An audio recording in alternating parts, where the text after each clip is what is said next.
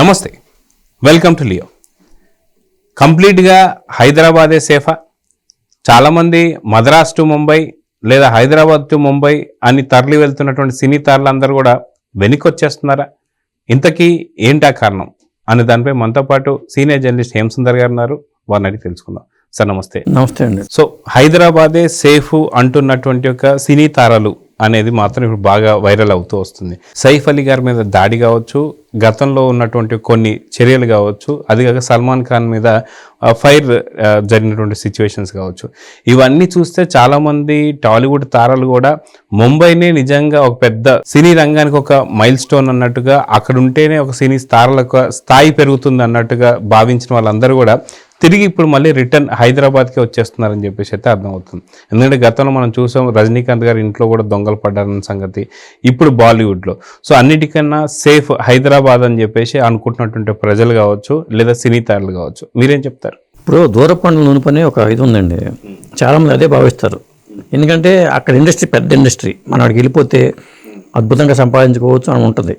ఎందుకంటే మన హీరోయిన్లు అందరూ కూడా అక్కడికి వెళ్ళి సినిమాలు చేసిన వాళ్ళే. ఇప్పుడు జయప్రద, శ్రీదేవి, రేఖ మన తెలుగు అమ్మాయే, వహీదా రెహమాన్ మన తెలుగు అమ్మాయే, మరి వహీదా రెహమాన్ పరిచయం చేసి కూడా ఎన్టీ రామారావు గారు వీళ్ళే. ఇలాంటి వాళ్ళు అక్కడికి వెళ్ళిపోయి సెటిల్ అయిపోయారు. అలాగే ఇప్పుడు మన హీరోలు కమల్ హాసన్, రజనీకాంత్ కూడా ఇప్పుడు సౌత్ నుంచి వెళ్ళిపోయి అక్కడ హీరోలుగా సెటిల్ అయిపోయారు.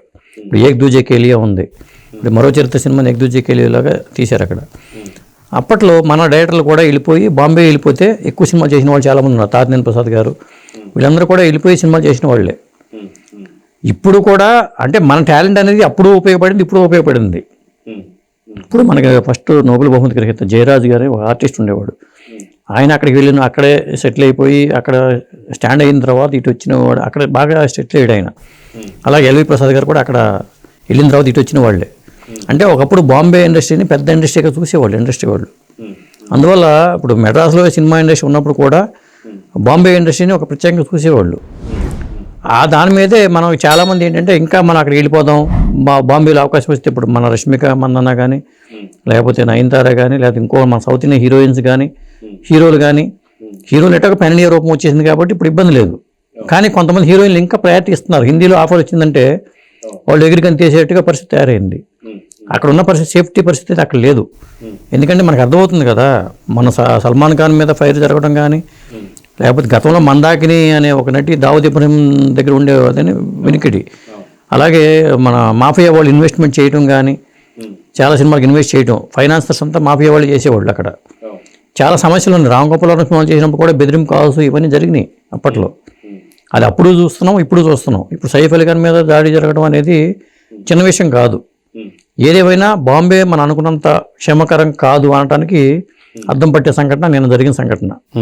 అయితే హైదరాబాద్ ఏదైతే ఉందో గ్రీన్నెస్లో కావచ్చు లేదా ఇక్కడ ఉన్నటువంటి వాతావరణం కావచ్చు, అది కాకుండా ఇక్కడ ఉన్నటువంటి ఒక ఫిలిం సిటీలు కావచ్చు, రామోజీ ఫిలిం సిటీ కావచ్చు, అదేవిధంగా అన్నపూర్ణ స్టూడియోస్ కావచ్చు, లేదంటే రామానాయుడు స్టూడియోస్ కావచ్చు, అయితే ఇలాగ ఎన్నో స్టూడియోస్ ఉన్న తర్వాత కూడా చాలామంది తెలుగు స్టార్స్ కూడా కొంతమంది హీరోలు ఎవరైతే ఉన్నారో అక్కడ కూడా సొంత ఇల్లు కట్టుకునే దానికి ప్లాన్ చేస్తున్నారని చెప్పి అల్లు అర్జున్ లాంటి వాళ్ళు కావచ్చు, వీళ్ళందరూ కూడా ప్లాన్ చేస్తున్నారని చెప్పేసి అయితే మన గతంలో చూసాం.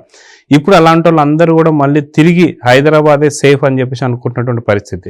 సో దీన్ని ఎలా చూడాలంటారు? ఇక ఇన్వెస్ట్మెంట్ పర్పస్లో చూడాలండి. వాళ్ళు ఇల్లు కట్టుకుంటున్నా కానీ ఇన్వెస్ట్మెంట్ పర్పస్లో చూస్తారు. ఎందుకంటే అక్కడ ఇల్లు కట్టాలంటే మాటలు కాదు, కోట్ల రూపాయలు వెచ్చించాల్సి వస్తుంది బాంబేలో వాళ్ళ చోట.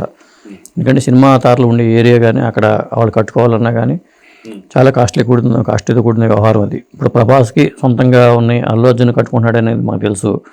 ఇట్లా చాలామంది ఏంటంటే మనం పాన్ ఇండియా సినిమాగా మారిపోయింది కాబట్టి ఇండియా అనేది ఒక ఇండస్ట్రీగానే చూస్తున్నారు తప్పితే మేము తెలుగు, మేము తమిళ్ అని ఫీల్ అవ్వట్లేదు ఎవరో కూడా. అందువల్లే బాంబేలో కూడా మనకు ఉంటే బాగుంటుందనే ఉద్దేశంతోనే వాళ్ళు ఏర్పాటు చేసుకుంటే, బాంబేలోనే కాదు ఇతర దేశాల్లో కూడా వాళ్ళు చాలామందికి సపరేట్ ఏర్పాట్లు ఉన్నాయి. ఇప్పుడు హిందీ హీరోయిన్లు కూడా చాలా చోట్ల ఇతర దేశాల్లో సొంతంగా ఇళ్ళు ఉన్నాయి.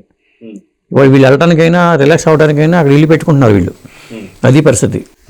అయితే మనం గతంలో చూసుకుంటే ఇప్పుడున్నటువంటి పరిస్థితుల్లో కూడా రేవంత్ రెడ్డి గారు ఏదైతే ఉన్నారో వాళ్ళు కూడా ఖచ్చితంగా సినీ ఇండస్ట్రీకి కొంత ప్రాధాన్యత అయితే ఇస్తున్న సంగతి చూస్తున్నాం.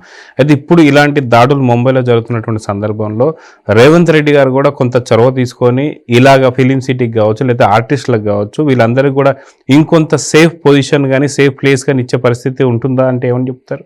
ఖచ్చితంగా ఉంటుందండి. ఎందుకంటే ఇప్పటికే ఫిల్మ్ సిటీ అనేది సేఫెస్ట్ ప్లేస్గా చెప్తారు. రామ ఫిల్మ్ సిటీకి వెళ్తే మనకి ఎటువంటి సమస్యలు ఉండవు. రకరకాల పర్మిషన్స్, రకరకాల ఎవరిని పెడితే వాళ్ళని రానివ్వరు అక్కడ. అందుకనే చాలామంది రామోజీ ఫిల్మ్ సిటీలో చేయడానికి ఇష్టపడతారు. ఎందుకు హిందీ సినిమాలు ఎక్కువ అక్కడే జరుగుతూ ఉంటాయి. లేదా తమిళ సినిమాలు, రజనీకాంత్ గారి సినిమాలు కానీ ఇవన్నీ కూడా రామోజీ ఫిల్మ్ సిటీ జరుగుతూ ఉంటాయి. ఇప్పుడు అన్నపూర్ణ స్టూడియో ఉంది ఇక్కడ. మరి ఇప్పుడు 50 ఏళ్ళు అన్నపూర్ణ స్టూడియో నిర్మించి 50 ఏళ్ళు అయింది. ఆ ఫోటోలన్నీ వస్తున్నాయి. రాళ్ళు రప్పల్లో కట్టారు ఈ పక్కనే ఉన్న స్టూడియో. ఒకప్పుడు ఏముండేది కదా ఇక్కడ. అసలు నాగేశ్వర గారు ఈ రాళ్ళు రప్పల్లో ఎందుకు కడుతున్నారని అన్న వాళ్ళు కూడా ఉన్నారు. కానీ తర్వాత మరి మెడ్రాస్లో ఉన్న ఇండస్ట్రీ అంతా ఇటు పక్క వచ్చేసి ఇక్కడ భాగ్యనగర్ స్టూడియో కానీ, Ramanaidu studio, Nanakramguda Ramanaidu studio, film నగర్లో Ramanaidu studio, Padmalaya studio, Sarathi studios ఇవన్నీ కూడా మనకి బ్రహ్మాండ ప్లేసెస్. ఇప్పుడు మన వైజాగ్ని కూడా డెవలప్ చేద్దామని ఆలోచనతో ఏపీ గవర్నమెంట్ ఉంది. అలాగే అమరావతిని కూడా డెవలప్ చేద్దామని ఆలోచన కూడా ఉంది. ఎందుకంటే ఎంటర్టైన్మెంట్ ఫీల్డ్ బాగా డెవలప్ అవుతుంది కాబట్టి లొకేషన్స్ కావాలి, విపరీతం లొకేషన్స్ కావాలి. రాష్ట్రాలు డెవలప్ అవ్వాలంటే ఎంటర్టైన్మెంట్ ఇండస్ట్రీ ఒక అందులో ఒక సగం పార్ట్ భారం భరిస్తుంది. కాబట్టి ఇప్పుడు సెక్యూరిటీ లేని ప్లేస్లోకి వెళ్ళి చేసే బదులు చాలా సెక్యూరిటీగా ఉన్న ప్లేస్లోకి వెళ్ళిపోతే ఇబ్బంది ఉండదు కదా. అవును అవును.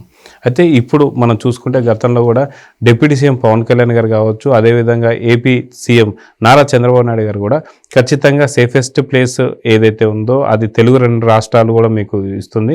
అదిగాక అతి ముఖ్యంగా అమరావతిలో దీనికి సంబంధించి కొంత బీజాలు కూడా పడుతున్నాయని చెప్పేసి అయితే అంటున్నారు. సో షూటింగ్లు ఎవరైతే చేస్తారో వాళ్ళకందరికీ రాయితీలు కూడా ఇస్తామని చెప్పేసి అయితే ప్రకటిస్తున్నారు.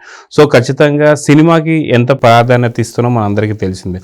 సో నెక్స్ట్ రానున్న కాలంలో ఏపీ కూడా ఒక మంచి స్పాట్గా కింద మారబోతుందా? ఎందుకంటే దాదాపు సుదీర్ఘమైనటువంటి ఒక సముద్ర తీర ప్రాంతం మనం చూస్తూ వస్తున్నాం. సో ఖచ్చితంగా ఒక మంచి స్పాట్ కాబోతుందా అంటే ఏం చెప్తారు? ఖచ్చితంగా ఎంటర్టైన్మెంట్ హబ్గా మారిపోతుంది. ఎందుకంటే మనకి ఇటు అమరావతి కానీ, అటు పక్క వైజాగ్ కానీ, ఆ వైజాగ్ బీచ్ కానీ, అరకు కానీ చాలా అద్భుతమైన లొకేషన్స్ ఉన్నాయి ఏపీలో. అవును, శ్రీకాకుళం నుంచి మనకి వైజాగ్ అద్భుతమైన లొకేషన్స్ ఏపీలో ఉన్నాయి. ఎందుకంటే ఇక్కడ వాళ్ళు కూడా అక్కడ వెళ్ళాల్సిందే. అట్లాంటి షూట్ చేయాలంటే సముద్ర తీర ప్రాంతాల్లో షూట్ చేయాలంటే. చెన్నైలో ఏంటంటే పక్కనే సముద్రం ఉండేది కానీ అప్పుడు అక్కడ ఇండస్ట్రీ అక్కడ కేంద్రీకృతం ఉండేది కాబట్టి అక్కడ చేసేవాళ్ళు. ఇప్పుడు ఆ పరిస్థితి లేదు. ఇక్కడ సపరేట్గా డెవలప్ అవుతుంది కాబట్టి చేసుకోవచ్చు. ఇప్పుడు నిన్న సైఫ్ అలీ ఖాన్ ఇంట్లో దాడి జరిగిందంటేనే అసలు ఎంత ఇబ్బందికర వాతావరణం ఉందో మనకు అర్థమవుతుంది. ఇంటికి లోపలికి వచ్చేసి అంత సెక్యూర్డ్గా ఉన్న ఇంటి లోపలికి వచ్చి అతను దాడి చేయడం కానీ, మరి ఆయన గాయాల పాలై హాస్పిటల్లో ఉండడం కానీ, అంతకుముందు మరి బాబా సిద్దికీని అటాక్ చేయడం కానీ, అతని మీద ఆ తర్వాత సల్మాన్ ఖాన్ మీద ఫైరింగ్ కానీ. ఎందుకంటే గతంలో బాంబే దావూద్ ఇబ్రహీం కానీ, చోటా రాజన్ కానీ, చోటా షకీల్ కానీ ఈ గ్యాంగ్స్ అన్నీ కూడా అక్కడ కేంద్రీకృతం అయిపోయి అక్కడ ఫైనాన్స్ చేసేవాడు సినిమాలకి. ఇట్లాంటి రూప్ కిరాణి చోరంకి రాజా సినిమా ఏదో ఉంది, ఆ సినిమాకి ఫైనాన్స్ చేశారని అప్పట్లో పెద్ద ఇష్యూ నడిచింది. అది ఇట్లాంటి పరిస్థితి అంతా అక్కడ ఉంది. ఇప్పుడు ఇక్కడ లేదు. ఇక్కడ అసలు ఆ మాఫియా గ్యాంగులు కానీ లేకపోతే ఫ్యాక్షనిస్టులు కానీ ఇండస్ట్రీలో ఇన్వాల్వ్ రౌడీజం కొంత ఉండేది కానీ లేదు. గతంలో ఉండేది కానీ ఇప్పుడు లేదు. ఎందుకంటే ఇప్పుడంతా చాలా మారిపోయింది వాతావరణం అంతా. అంత అమాయకులు కూడా ఎవరు లేరు ఇక్కడ. సేఫ్టీ వాతావరణం అయితే ఉంది. ఎందుకంటే వాళ్ళ సైఫ్ అలీ ఖాన్ ఇప్పుడు ఒకప్పుడు హీరోగా చేసి ఇప్పుడు విలన్గా చేస్తున్నా కానీ దొంగే. ఇప్పుడు అటాక్ చేస్తే ఎదుర్కోలేని పరిస్థితి. అంత సెక్యూరిటీ ఉండి కూడా ఏమీ చేయలేని పరిస్థితిలో ఉన్నారంటే మరి ఇబ్బందికరంగానే ఉంది అక్కడ వాతావరణం. పైగా మన వాళ్ళకి మన సక్సెస్లు ఎక్కువ వస్తున్నాయి.